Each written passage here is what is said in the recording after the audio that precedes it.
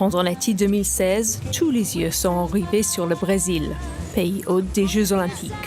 Seulement 2 ans après avoir accueilli la Coupe du monde de football, et malgré de nombreux problèmes politiques et sociaux, le Brésil s'affiche comme une capitale mondiale du sport.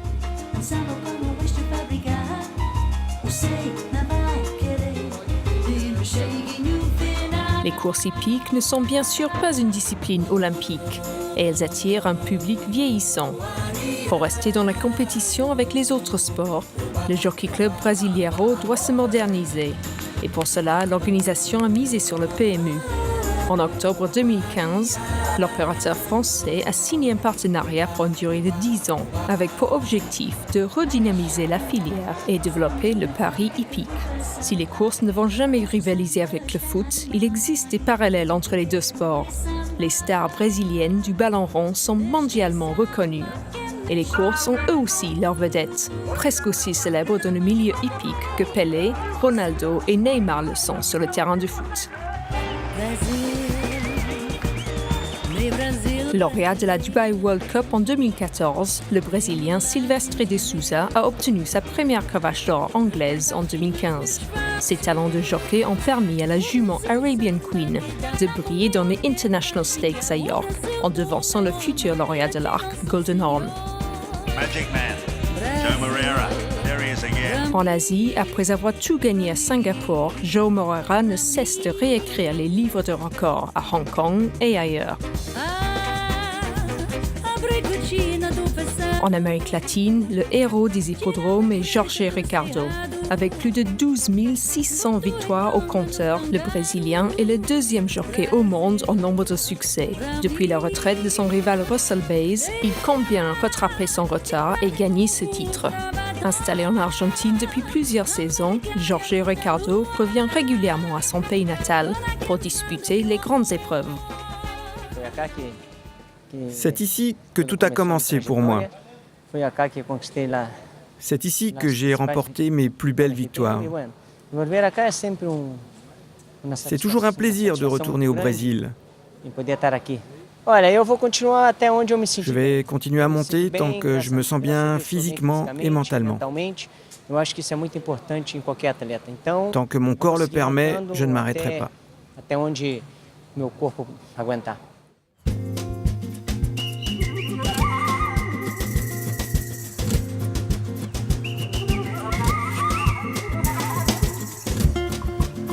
La nouvelle génération de Moreira, de Souza et Ricardo apprend son métier à l'école des jockeys, sur l'hippodrome de Gávea à Rio de Janeiro.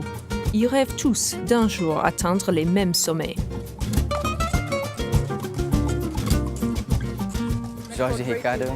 Jorge Ricardo a une carrière au top. On veut tous faire aussi bien que lui. Joe Moreira, Silvestre de Souza, ce sont d'excellents jockeys. L'histoire de Joao Moreira est la plus belle histoire que j'ai entendue. Il est arrivé de nulle part et aujourd'hui il est au sommet de sa profession. Les jockeys brésiliens travaillent très dur. Parce qu'il est très difficile pour nous au Brésil d'avoir du succès, nous sommes obligés de mettre les bouchées doubles pour y arriver. Bien sûr, il faut aussi avoir du talent, mais avant tout, il faut être discipliné. La valeur travail s'apprend à l'école des jockeys, avec une routine qui n'est pas du tout repos.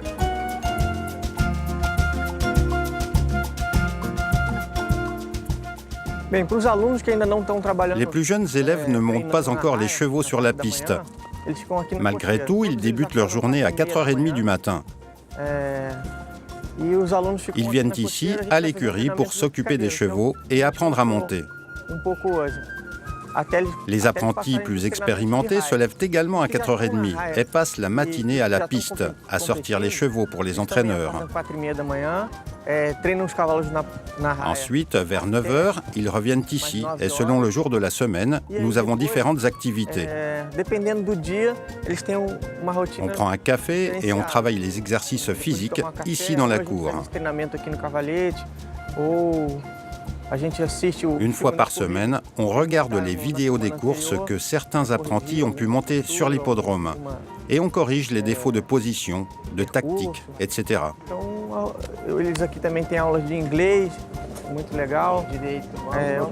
Ils ont également des cours d'anglais et d'autres leçons dans diverses matières, comme dans une école normale.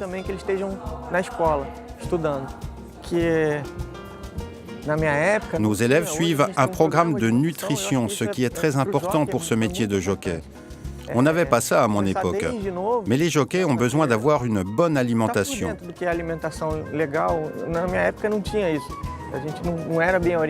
Nos apprentis mangent 6 repas bien équilibrés chaque jour. Tout est calculé par une nutritionniste qui, en plus, leur donne des cours régulièrement pour qu'ils apprennent à suivre un régime sain. C'est vraiment très important de savoir bien manger quand on est jockey. Cela les aidera à avoir une carrière plus longue. Les jeunes apprentis sont recrutés des 4 coins du pays et représentent des milieux sociaux très différents. Pour certains issus de régions défavorisées, l'école des jockeys représente une opportunité de s'offrir un meilleur avenir. J'avais déjà monté à cheval dans la campagne avant de venir ici, mais jamais les chevaux de course. Je n'étais jamais venu sur un hippodrome avant de participer à la sélection pour intégrer l'école des apprentis. Mon oncle travaillait ici sur l'hippodrome et c'est lui qui m'a encouragé d'essayer de devenir jockey. Il pensait que cela pourrait être une bonne occasion pour moi de trouver du travail et changer de vie.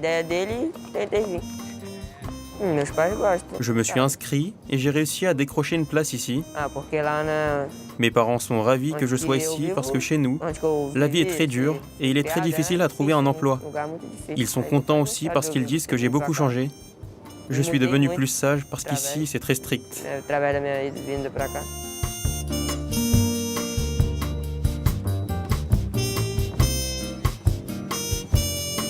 D'autres apprentis avaient déjà le pied à l'étrier avant d'intégrer l'école des apprentis, comme Felipe Queiroz qui monte régulièrement aujourd'hui face aux jockeys confirmés.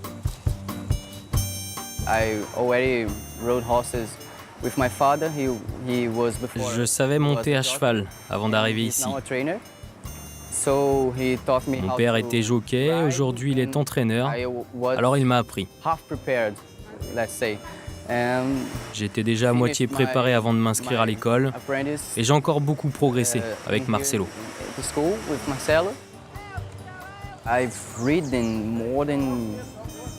J'ai déjà monté plus de 700 courses et en ai gagné 108, je pense. Je suis confiant pour l'avenir.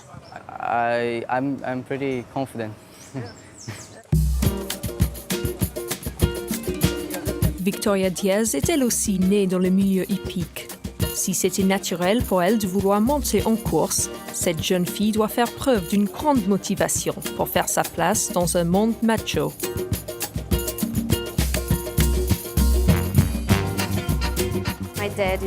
Mon père est jockey, ma mère était entraîneur, mon grand-père est entraîneur, toute ma famille est dans le milieu. Ma première expérience à cheval était... J'ai dû avoir 2 ans. Et mon grand-père m'a posé sur un cheval. Et j'ai eu le sourire jusque-là. C'est là qu'est née ma passion. Au début, mon père ne voulait pas que je devienne jockey. Mais on a parlé ensemble et j'ai réussi à le convaincre. Et aujourd'hui, me voilà ici. Tout va bien. Tous les jours, j'apprends et mon père m'aide. Il est sur les pistes tous les matins et il me donne un coup de main.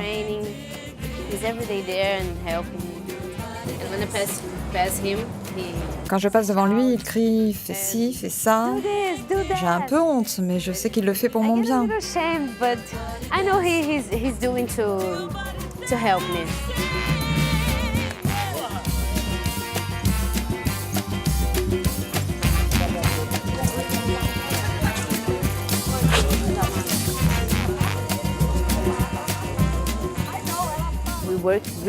On travaille très dur, très dur. Aujourd'hui, j'ai monté 20 chevaux. 20. Ensuite, on a des cours et des entraînements sur le cheval mécanique. ou sur le cheval d'arçon. C'est ça qui est le plus difficile physiquement.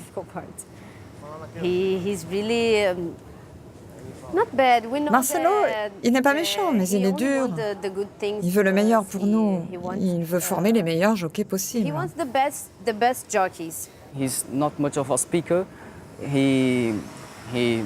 Marcelo n'est pas très bavard, il nous montre plutôt ce qu'il a appris en tant que jockey. Il était un crack jockey, l'un des meilleurs. Il m'a appris beaucoup de choses, que ce soit sur l'équilibre à cheval, la façon de cravacher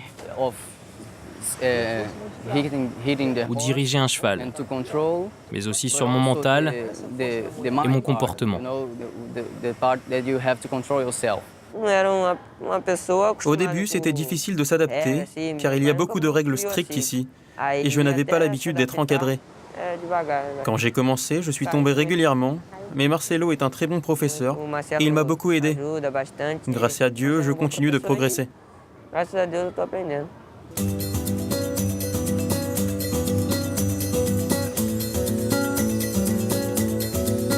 Comme toute la filière au Brésil, l'école des jockeys manque de budget.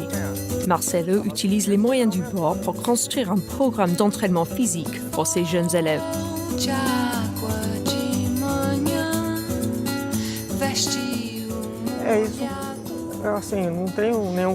L'entraînement physique est très important pour les apprentis. Les exercices que je fais faire aux jeunes aujourd'hui sont des exercices que j'ai conçus moi-même quand j'étais jockey. Si ça se passait mal ou que j'étais hors de forme, je regardais les rediffusions de mes performances et j'ai imaginé des exercices pour corriger mes erreurs de position ou pour prendre plus de force. Mais le plus important est de passer du temps à cheval. Les apprentis doivent monter à l'entraînement et en course autant que possible. C'est comme ça qu'on apprend le plus. L'entraînement physique qu'on fait ici est un complément.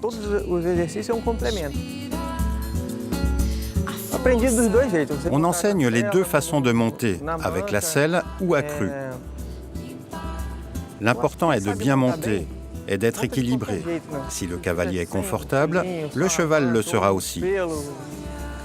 Généralement, les galops sont effectués avec la selle, et je pense que c'est mieux comme ça.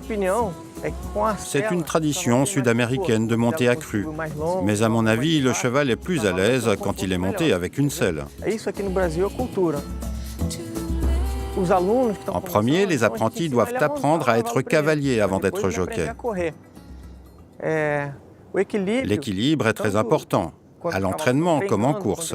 Chaque petit détail compte.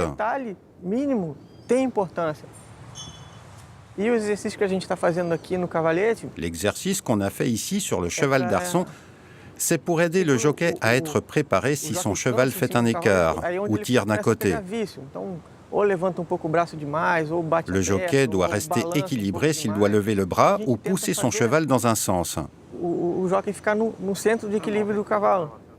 Le centre de gravité doit toujours être bien positionné sur le cheval, comme ça, pas en arrière ni en avant.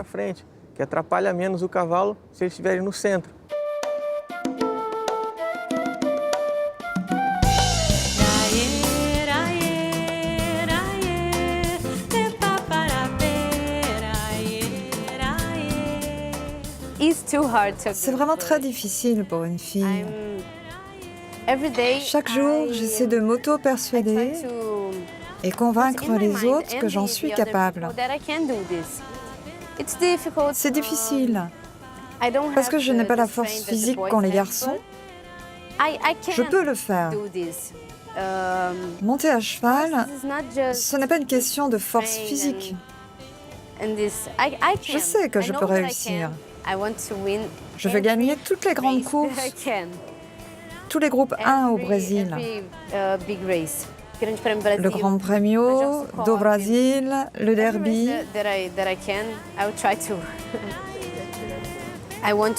Je veux voyager en Europe, aux États-Unis, Australie, Argentine, Pérou, Chili, partout. On sait qu'ici au Brésil, il est plus difficile de gagner de l'argent et de l'expérience. Nous sommes obligés d'aller à l'étranger.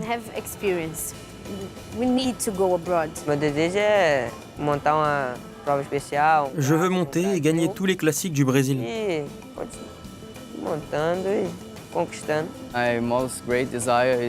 Mon plus grand désir est d'aller à l'étranger et monter, en Angleterre, en Chine, où que j'aille, je serai content. J'aimerais beaucoup voyager partout dans le monde en tant que jockey. C'est mon rêve le plus cher.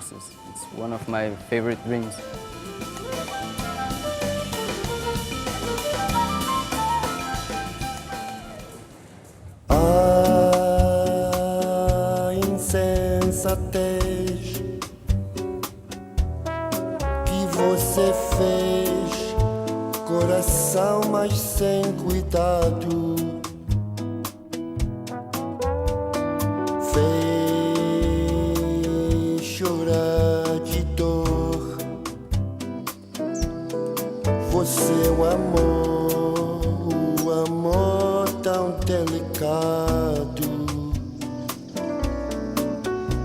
La relève est aussi en place dans les rangs des entraîneurs au Brésil. Le trentenaire Roberto Solanez est devenu, il y a quelques années, le plus jeune professionnel à remporter le Gran Premio do Brasil. Installé sur un centre privé idyllique à 3 heures de Rio de Janeiro, Roberto Solanez représente la 3e génération de sa famille dans les courses brésiliennes. Mon grand-père s'est installé ici pour élever des pur sang. Et ensuite, mon père l'a transformé en centre d'entraînement. J'ai grandi dans cet endroit et me suis intéressé de plus en plus aux courses, jusqu'à devenir entraîneur moi-même.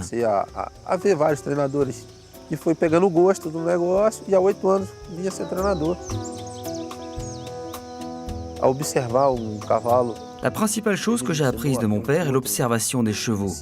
C'est surtout très important pour les jeunes chevaux de pouvoir les observer et comprendre leur caractère et leurs qualités.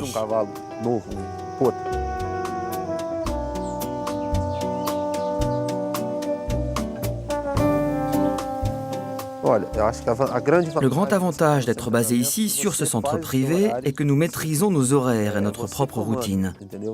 On s'organise comme on veut et en plus on bénéficie de l'air très pur.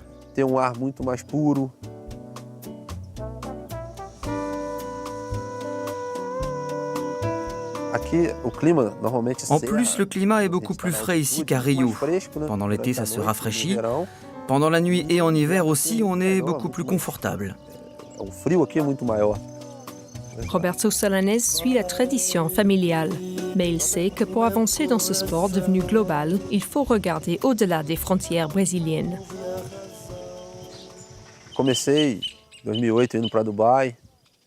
J'ai fait mon premier voyage dans les courses en 2008 à Dubaï avec un cheval qui appartenait au Ara Regina. Tout était nouveau pour moi et j'ai beaucoup regardé et commencé à apprendre de petites choses. Toutes les nouvelles idées ne peuvent pas fonctionner ici, mais j'essaie d'en adapter quelques-unes. Ensuite, j'ai visité la France, où j'ai beaucoup appris avec Alain de Royer-Dupré. J'étais ravi de pouvoir l'accompagner pour regarder les chevaux et comprendre sa façon de travailler.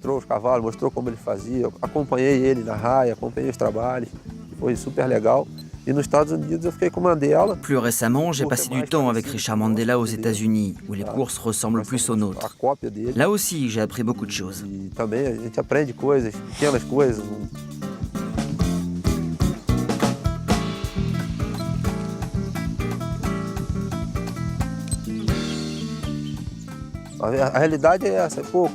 Bien sûr, les courses sont plus avancées ailleurs dans le monde qu'ici. Alors nous avons plus tendance à copier les autres que d'être copiés. Mais une chose au Brésil dont les autres pourraient s'inspirer, c'est notre façon de travailler en équipe. Toutes les victoires que j'ai pu remporter sont grâce à mon équipe, qui est comme ma famille. Je n'ai pas vu cela ailleurs.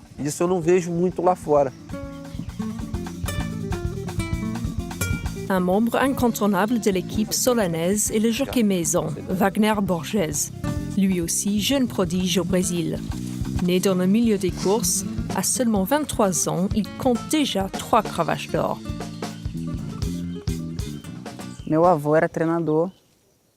Mon grand-père était entraîneur de chevaux. Et très jeune, j'ai senti la passion pour cette activité.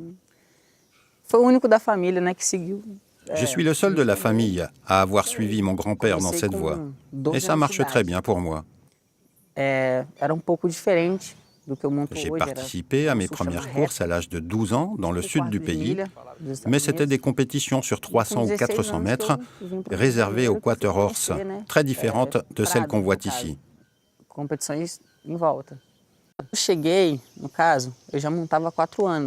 À 16 ans, j'ai rejoint Rio de Janeiro et l'école des jockeys. Et comme j'avais déjà de l'expérience, j'avais un avantage par rapport aux autres élèves qui découvraient les chevaux. J'ai rapidement appris à travailler avec les pur sang et j'ai progressé très vite.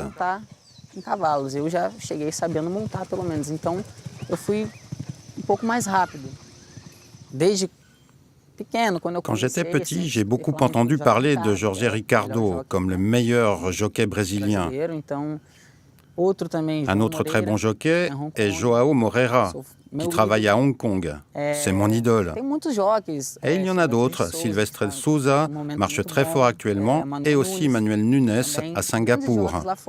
Je suis leur carrière de près et je m'inspire de leur réussite.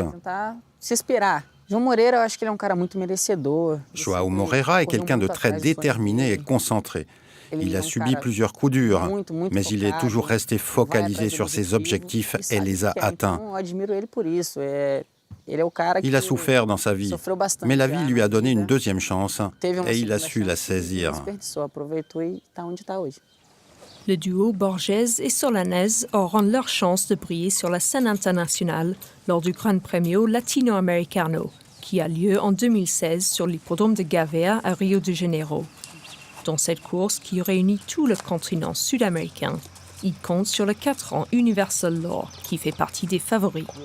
Esse cavalo é cavalo de exceção, cavalo muito bom. Universal Law est un cheval d'exception. Il va porter le drapeau brésilien, mais il ne sera pas le seul à représenter le Brésil. Ils seront 6 en tout. C'est un cheval très talentueux et je pense qu'il est digne de représenter son pays. Ce ne sera pas facile, car parmi les visiteurs, il y a de très bons chevaux aussi, mais le mien est en super forme et il va bien courir.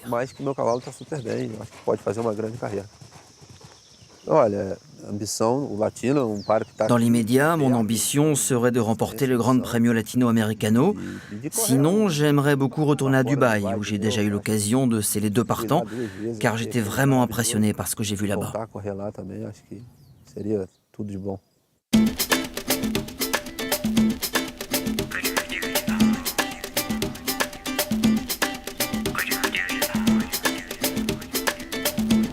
Direction la capitale.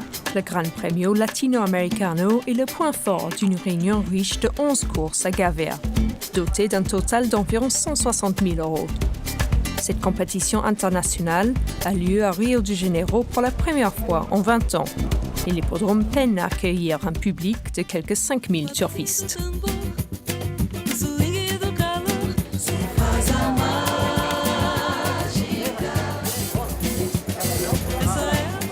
Des champions venus d'Argentine, Pérou, Chili et Brésil ont répondu présents pour le Gran Premio, une épreuve de 2000 mètres disputée sur le gazon, comme la plupart des courses de sélection au Brésil. De retour dans son pays natal, Jorge Ricardo portera le drapeau argentin en selle sur le visiteur Don Inc., un rival sérieux pour la team Solanes et Universal Law.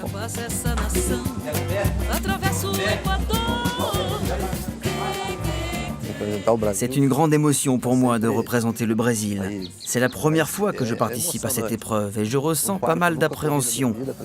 Le Gran Premio est vraiment différent des autres courses. Je suis fier de représenter mon pays dans cette course importante et j'espère que cela va se passer le mieux possible. Très peu de jockeys brésiliens ont l'opportunité de participer au Gran Premio Latinoamericano, alors je suis très content, mais décontracté aussi.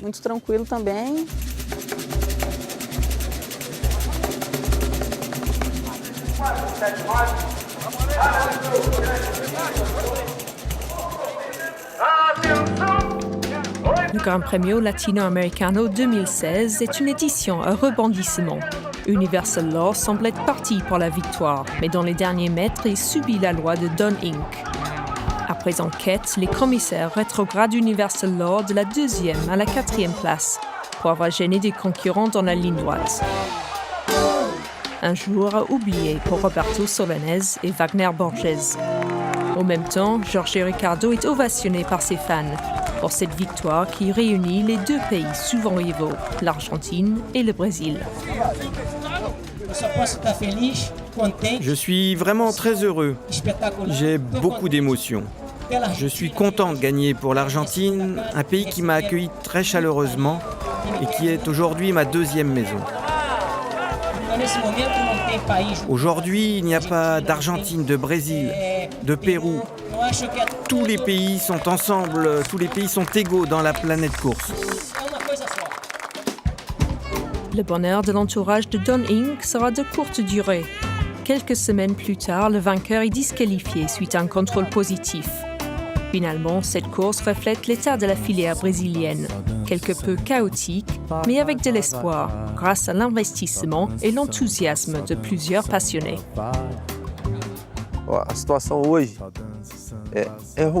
Actuellement, l'industrie des courses au Brésil passe par des difficultés économiques, comme tout le pays qui subit la crise. Mais je vois une lumière au bout du tunnel, parce qu'il y a beaucoup de gens très motivés pour sauver la filière. L'arrivée du PMU est également une nouvelle très positive. Pour le moment, nos allocations sont très basses, mais j'ai de l'espoir pour l'avenir parce qu'il y a tant d'implications à tous les niveaux. Vai ser bom tour. Só dança samba, vai, vai, vai, vai. Só dança samba, vai. Já dancei o twist até demais, mas não sei, me cansei do calypso ao tcha-tcha-tcha. Só dança samba, vai, vai, vai, vai, vai.